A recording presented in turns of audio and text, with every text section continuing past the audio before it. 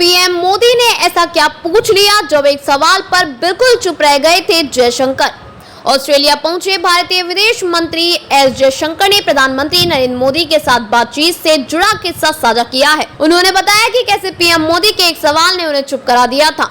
रविवार को कहा कि भारत विकास के पथ पर अग्रसर है और दुनिया के साथ आगे बढ़ना चाहता है। जयशंकर ने इस बात पर जोर दिया कि दुनिया के देशों में भारत के साथ काम करने की सदिच्छा और भावना है। जयशंकर ने यहाँ भारतीय समुदाय को संबोधित करते हुए दोनों देशों के बीच ऐतिहासिक संबंधों को रेखांकित भी किया। उन्होंने कहा कि पिछले 10 वर्षों में प्रधानमंत्री मोदी के नेतृत्व में भारत ने उल्लेखनीय प्रगति की है।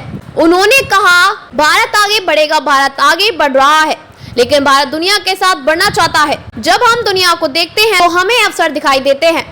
हम आशावादी हैं, समस्याएं हो सकती हैं, लेकिन कुल मिलाकर हमें लगता है कि दुनिया के देशों में भारत के साथ काम करने की सदिच्छा और भावना है। उन्होंने कहा, हम दुनिया भर में भारत की सफलता के प्रति एक भावना देखते हैं और यह महत्वपूर्ण है कि हम उस भावना का उपयोग करें।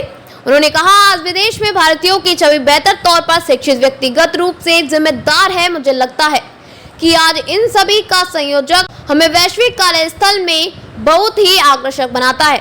उन्होंने कहा, मुझे लगता है कि यह महत्वपूर्ण है कि उस ब्रांड को विकसित किया जाए, उन कौशल को पोषित किया जाए। और फिर मैं इस बात पर जोर देता हूं कि आप जानते हैं कि यह युग एआई, कृत्रिम बुद्धिमत्ता, इलेक्ट्रिक मोबिलिटी चिप का है। इसके लिए वैश्विक कार्यबल की आवश्यकता होगी। उन्होंने ऑस्ट्रेलिया के साथ द्विपक्षीय संबंधों में आए बदलावों का जिक्र किया और इस प्रगति का श्रेय 4 प्रमुख कारकों प्रधानमंत्री, ऑस्ट्रेलिया, विश्व और प्रवासी भारतीयों को दिया।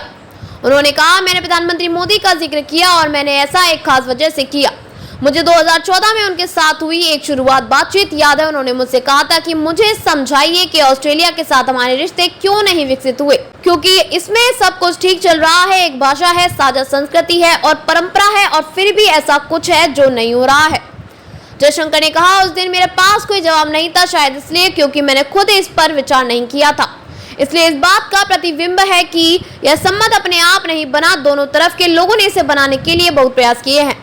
क्वींसलैंड में लगभग 1,25,000 भारतीय प्रवासियों की मौजूदगी का उल्लेख करते हुए विदेश मंत्री ने दोनों के देशों के बीच संबंधों को मजबूत बनाने के लिए उनके महत्व पर प्रकाश डाला।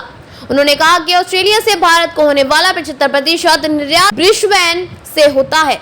उन्होंने कहा कि इस सहयोग को केवल एक उपलब्धि के रूप में नहीं, बल्कि भविष्य के विकास के लिए एक रूपरेखा के रूप में देखा जाना चाहिए।